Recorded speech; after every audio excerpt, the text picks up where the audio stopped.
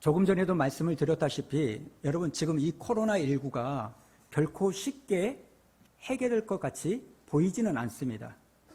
사실 치료제나 백신이 나올 때까지는 여러분 이 코로나 때문에 우리들은요 굉장히 어렵고 불편한 생활을 할 수밖에 없어요. 또 이 백신이나 치료제가 나왔다 하더라도 끝나는 게 아닙니다.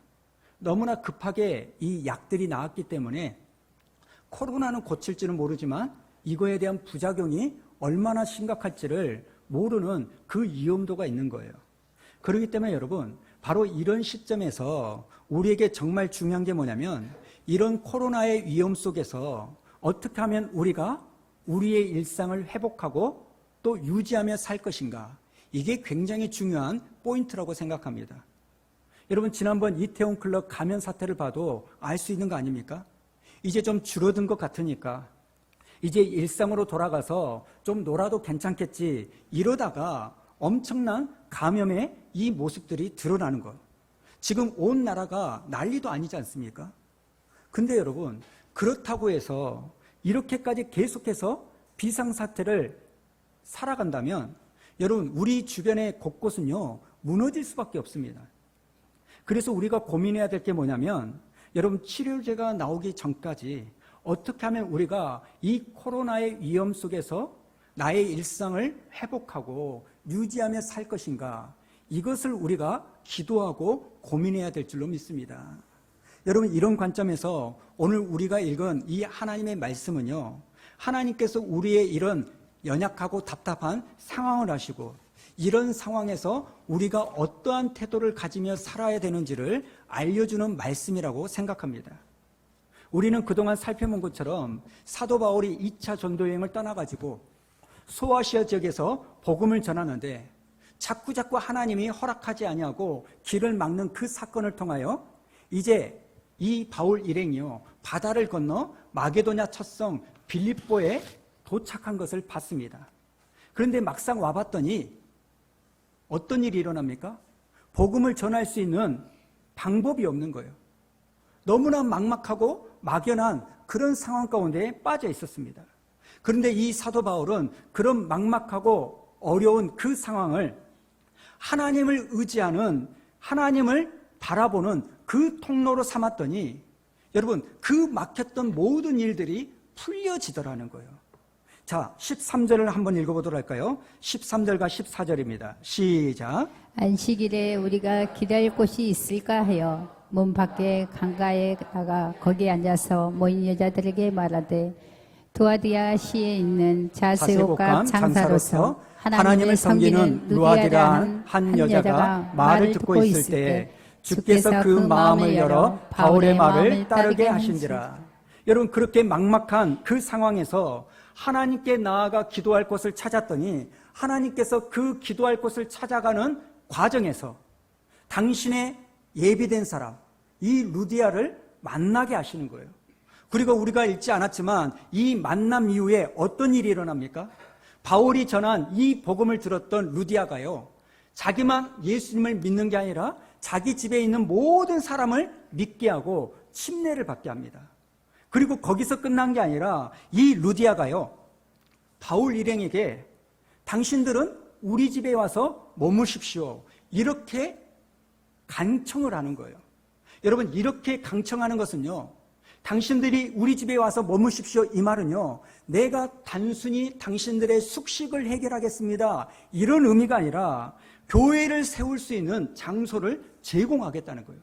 실제로 이 루디아 집에서요 빌립보 교회가 세워진 거 아닙니까?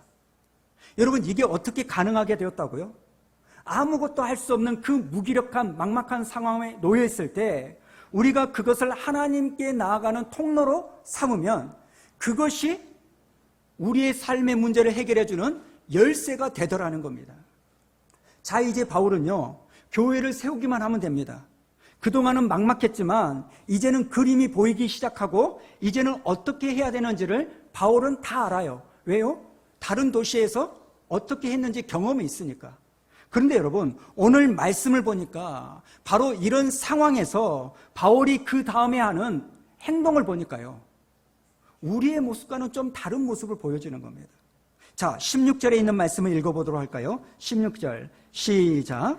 우리가 기도하는 곳에 가다가 점치는 귀신이 들린 요정 하나를 만나니 참으로 그 주인에게 큰 이익을 주는 자라. 여러분, 여기에 나오는 우리가 기도하는 곳으로 가다가 이 말씀이 어떤 의미일까요? 지금 바울은요, 자기 기도가 응답되었어도 여전히 뭐 하고 있다는 거예요? 기도에 집중하고 있다는 거예요. 여러분, 이것은요, 신앙생활하는 우리에게 굉장히 중요한 메시지를 던져줍니다. 인간적인 생각으로는요, 이제 길이 다 열린 것 같고, 이제는 물꼬가 열려서 교회를 어떻게 세워야 되는지 다 아는데도 지금 사도 바울은요, 절대로 자기 생각대로, 자기 경험대로, 자기 마음대로 달려가지 않고 여전히 기도하는 것에 집중하는 모습을 보이고 있는 거예요. 여러분, 이것이 예수 믿는 저와 여러분이 가져야 될 바른 영적인 모습인 줄로 믿습니다. 정말 많은 사람들은요, 대책이 없고 답답하고 막막할 때 하나님께 기도를 많이 합니다. 그렇게 기도를 하다가 이제는 좀 상황이 나아지고 이제는 좀 될 것 같은 이 계산이 서면 우리는 어떻게 합니까? 하던 기도를 멈춰요. 그리고는 내 방식대로 일을 만들어 가는 경우들이 너무너무 많습니다. 그런데 여러분 아세요? 바로 이때가 가장 기도가 더 필요한 때라는 거예요. 여러분, 문제가 생겼을 때 그 문제를 하나님께 가지고 나아가는 이 태도도 필요하지만 여러분, 이것보다 더 중요한 게 뭔지 아십니까? 내가 기도해서 응답받은 그 삶을 유지하고 지속하는 거, 이게 더 중요한 거예요. 잠깐 문제가 풀어져서 마음의 짐을 덜고 그것으로 끝나는 게 아니라 내 마음의 짐이 풀어지는 그 응답받은 삶이 여전히 유지되는 거, 그것이 무엇으로 가능하냐? 꾸준하게 기도하는 것으로만 가능하다는 겁니다. 지금 사도 바울은요, 이제 일이 되어지는 그 상황에서도 계속 기도하는 곳에 가서 기도했다는 거예요. 이것이 오늘 우리가 주목해야 될 첫 번째 메시지입니다. 자, 그런데 여러분, 사도 바울이 이렇게 기도하는 곳에 가서 기도를 하는데 예상치 못한 일이 벌어지는 거예요. 그게 뭡니까? 귀신 들린 여자 하나가 있는데 이 여자가요, 계속해서 바울을 따라다니면서 귀찮게 하는 거예요. 예수가 어떤 분인지를 전도하고 복음을 전파하는데 이 귀신 들린 여자가요, 쫓아다니면서 막 방해를 합니다. 여러분, 우리가 성경을 보면 이 귀신 들린 여자가 이 바울에 대해서 뭐라고 이야기를 합니까? 오늘 말씀에 보니까요, 이 사람들은 지극히 높은 하나님의 종이다, 이렇게 말해요. 우리가 생각하기에는요, 야, 귀신도 하나님을 전도하네, 이렇게 하겠지만 여러분, 원문에 보면 하나님이라는 이 단어가요, 떼오스라는 말을 쓰는데 이 떼오스는 우리가 믿는 하나님을 의미하기도 하지만 그들이 믿는 하나님을 의미해요. 그러니까 떼오스는요, 신이라는 거예요. 그러니까 이 바울은요, 떼오스를 쓸 때 여호와 하나님을 말하는 거지만 이 귀신 들린 여자는 하나님을 말할 때 누구를 말합니까? 자기들이 믿고 있던 그 당시 그리스 신 제우스를 말하는 거예요. 그러니까 바울이 너무너무 귀찮아가지고요, 예수 그리스도의 이름으로 어쩝니까? 그 귀신 들린 여자를요, 고쳐줍니다. 여러분, 이것은 굉장히 좋은 일 아닙니까? 귀신에게 사로잡혀가지고 자기의 인생을 자기 마음대로 사는 게 아니라 귀신에게 끌려다니는 그 여자를요, 정상으로 돌려놨으면 이건 좋은 일이고 문제가 될 수 없는데 이상하게 이것으로 인하여 일이 꼬이는 거예요. 왜 그런가 봤더니 이 귀신 들린 여자는 노예인데 이 여자에게는요, 주인들이 있는 거예요. 여러분, 주인이 아니라 성경은 주인들이라고 말합니다. 이 여자를 소유하고 있는 사람들이 많다는 거죠. 너무나 용하게 점을 치니까 그 점치는 그 모습으로 수익을 얻는데 그 여자의 점치는 것으로 수익을 얻는 사람들이 여러 명이라는 겁니다. 그런데 이 주인들이요, 이 귀신 들린 여자를 고쳐줬다는 그 이유 때문에 바울과 실라를 잡아 관리들에게 고발을 합니다. 오늘 말씀을 가만히 보면 이 주인들이 고발을 하는데요, 고발하는 제목이요, 살짝 바뀌어요. 자, 19절부터 우리 21절까지 우리 한번 읽어보도록 할까요? 19절부터 시작. 요정의 주인들이 자기 수익일 소망을 끊어질 것을 보고 바울과 신라를 붙잡아 장터로 관리들에게 끌어갔다가 상관들 앞에 데리고 가서 말하되 이 사람들은 유대인인데 우리 성을 심히 요란하게 하여 로마 사람인 우리가 받지도 못하고 행하지도 못할 풍속을 전한다 하거늘. 여러분, 원래 자기들이 분노했던 것은 뭐 때문에 분노합니까? 귀신 들린 여자를 고쳐줘가지고 자기들의 수익이 끊어진 것 때문에 열받았는데 막상 고발하려고 보니까 이것 가지고 고발하기에는 속이 보이는 것 같고 또 이렇게 고발한다고 해서 이것은 고발할 거리가 안 돼서 바꿔가지고 고발했는지 모르겠습니다만 지금 이 사람들은요 거짓말로 제목을 바꿔가지고 고발을 하는 거예요.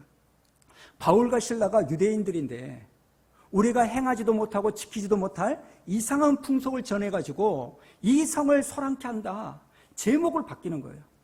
지금 자기들의 돈줄이 끊어져서 고발하는 건데 겉으로는 마치 로마의 풍속을 지키고 공동체를 유지하기 위한 대의를 가진 것처럼 거짓말을 하는 겁니다. 사실 여러분, 세상의 악한 사람들은요, 애나 지금이나 예수 믿는 저와 여러분들을요, 이처럼 동일한 방법으로 핍박을 합니다. 결국은 다 자기 이익 때문인데, 얄팍한 자기 마음에 상처가 입어가지고 그런 것인데, 겉으로는요, 정말 그럴듯한 이유를 다 가지고 공격하지 않습니까? 무슨 다른 사람을 위해서 그런다든지, 뭐 교회의 건강을 위해서다든지, 이렇게 포장을 하면서 공격을 합니다. 실상은 그렇지 않는데, 지금 이 주인들이 그러는 거예요. 그런가 하면 여러분, 이 주인들에게 고발을 받은 이 관리들은 어떻습니까? 이런 고발이 들어오면 사건 전후를 살펴가지고 죄가 있는지 없는지 봐가지고 죄가 있으면 그 죄의 몫을 지게 하면 되는 거잖아요. 그런데 이 관리들은요, 그 고발을 받자마자 전후 사정을 따지지 않고 이 바울과 신라의 옷을 찢고 매를 때리고 감옥에 가두는 거예요. 아마 어떻게 보면 이 주인들과 관리들은요, 우리가 알지 못하는 무슨 커넥션 관계가 있는지 모르겠어요. 여러분, 지금 바울과 신라는요, 심하게 맞아가지고요, 감옥에 갇혔습니다. 그러나 이건 못지않게 심각한 게 있는데요. 그게 뭐냐면, 이 바울과 신라는요, 심각하게 수모를 겪은 거예요. 오늘 본문에 보면 장터라는 단어가 나와요. 여러분, 이 장터는요, 시장판을 말하는 게 아니라 헬라어 원문을 보면 많은 사람들이 모여서 집회를 하는 공공의 장소예요. 그러니까 지금 그런 곳에서 공개적으로 바울과 신라는요, 옷이 찢겨지고 매를 맞고 무슨 흉악한 죄를 지은 것처럼 그런 수모를 겪은 겁니다. 그것도 뭐 때문에? 거짓말과 부패한 관리들 때문에. 귀신 들린 여자를 고쳐줬다는 이유 때문에요. 여러분 한번 생각해 보십시오. 이런 상태에서 감옥에 들어갔어요. 이제 나중에 재판을 받겠죠. 여러분, 이 재판을 받을 때 바울과 신라의 마음은 어쩔까요?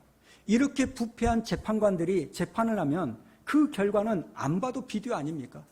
내가 하루라도 더 빨리 많은 사람들에게 복음을 전해야 되는데 전도는커녕 이제 언제 나오게 될지 알 수가 없는 거예요.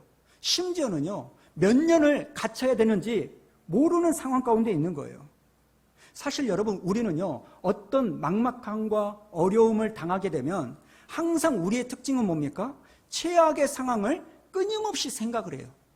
그런 일이 닥치지 않았음에도 불구하고 우리는 상상의 나라를 펼쳐가지고요, 이런 일을 당했으니까 앞으로 어떤 어려운 일이 생길까? 어떤 더 큰 일이 생길까? 내 머릿속으로 막 생각을 합니다.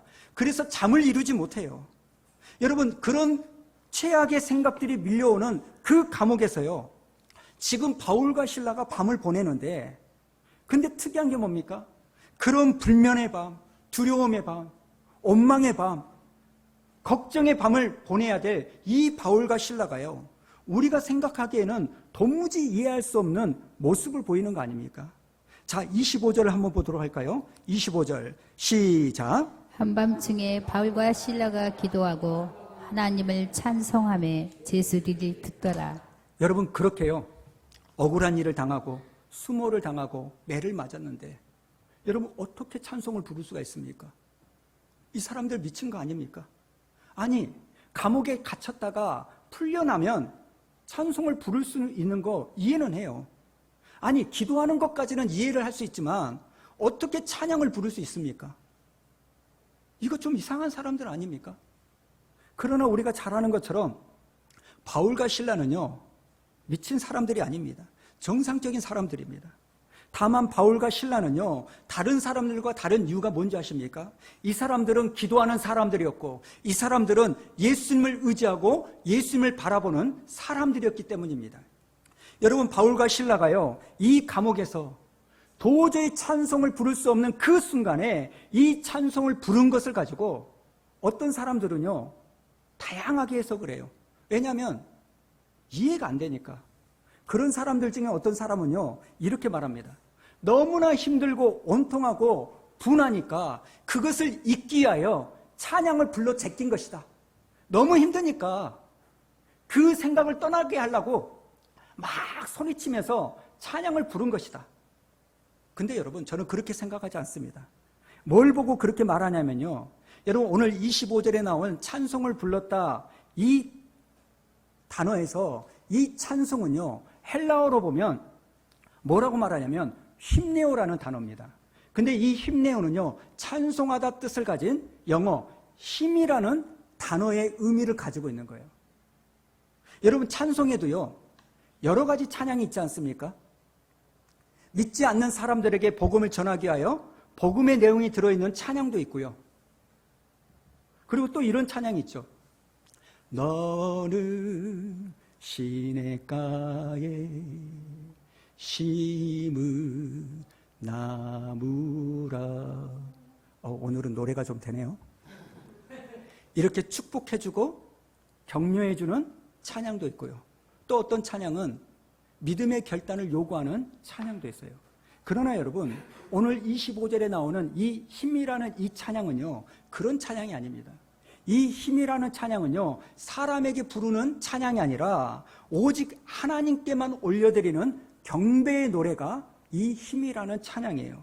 그러니까 지금 바울과 실라가 불렀던 이 힘이라는 이 찬송은요, 오직 하나님께만 높임을 드리는 영광과 찬양과 감사의 노래였다는 거예요. 자, 그런데 여러분, 이 바울과 실라가요, 처음부터 찬양하기에는 어려웠을 거라고 생각해요. 쉽지 않았을 겁니다. 뭘 보면 아냐면요, 여러분 25절에 보면 두 개의 단어가 나오는데요, 하나가 뭡니까? 기도하고, 또 다른 하나는 찬송하매. 여러분, 뭘 의미하는 걸까요? 처음에는 이 바울과 실라가요, 너무나 억울하고 답답하고 두려워서 기도했을 거예요. 정말 두렵기 때문에 기도했을 겁니다. 그런데 기도를 시작했는데 놀라운 게 뭐냐면, 기도를 하다 보니까 그 기도의 내용이 바뀌어졌다는 거예요. 뭘로 바뀌는 겁니까? 원망하고 두려워하고 내 문제에 급급하던 이 기도의 내용이 그럼에도 불구하고 하나님을 높이고 하나님을 찬양하는 노래로 바뀌어지는 거예요. 그렇게 힘들고 괴로워서 시작한 기도였는데, 기도를 하다 보니까 어느새 하나님을 높이는 찬송으로 바뀌는 겁니다.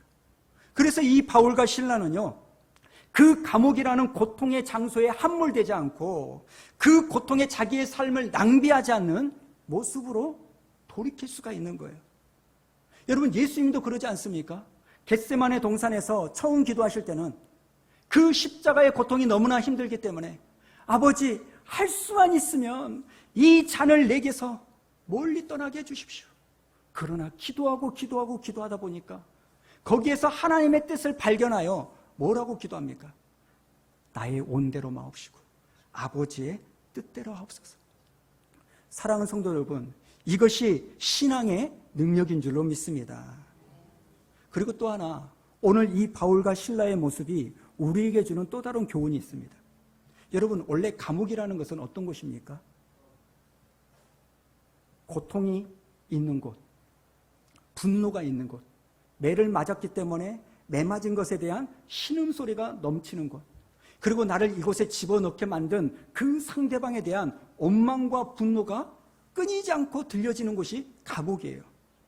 그런데 지금 바울과 실라가요, 그런 감옥을 어떤 곳으로 바꾼지 아십니까? 기도의 소리가 나오고 찬송의 소리가 나오는 장소로 바꾸어 버리는 거예요. 자, 25절을 다시 한번 보십시오.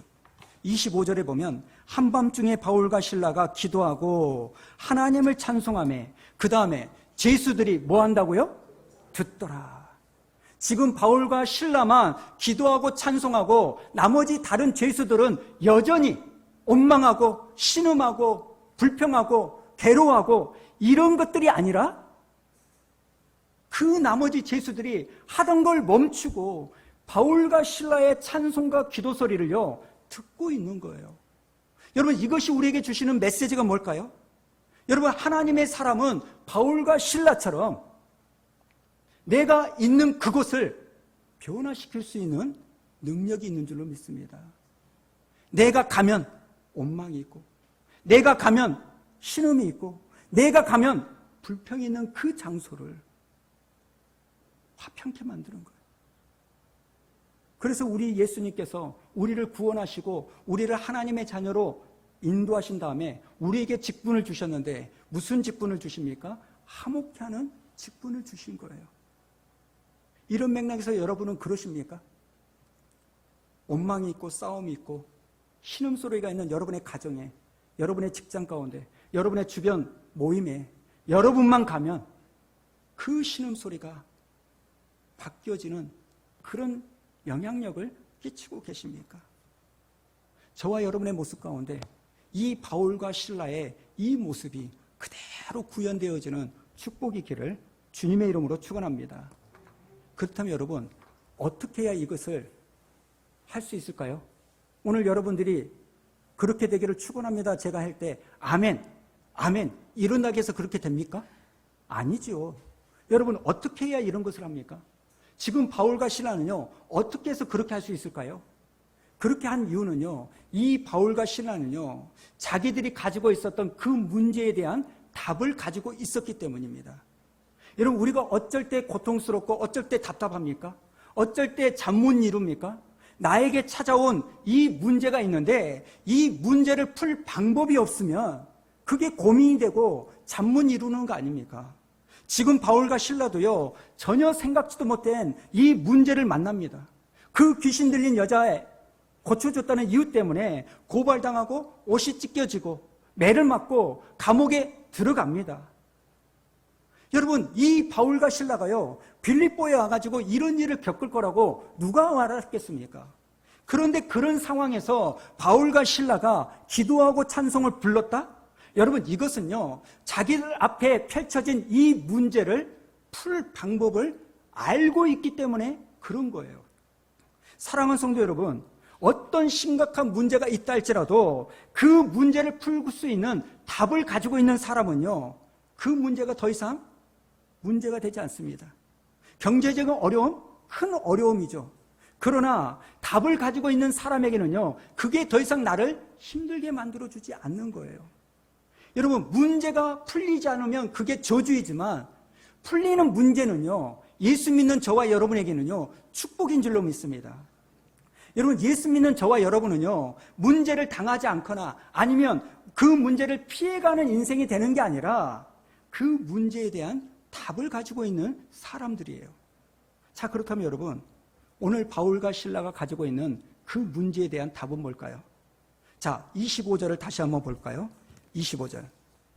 자, 25절에 보면 바울과 실라가요 찬양하고 기도했다고 나옵니다.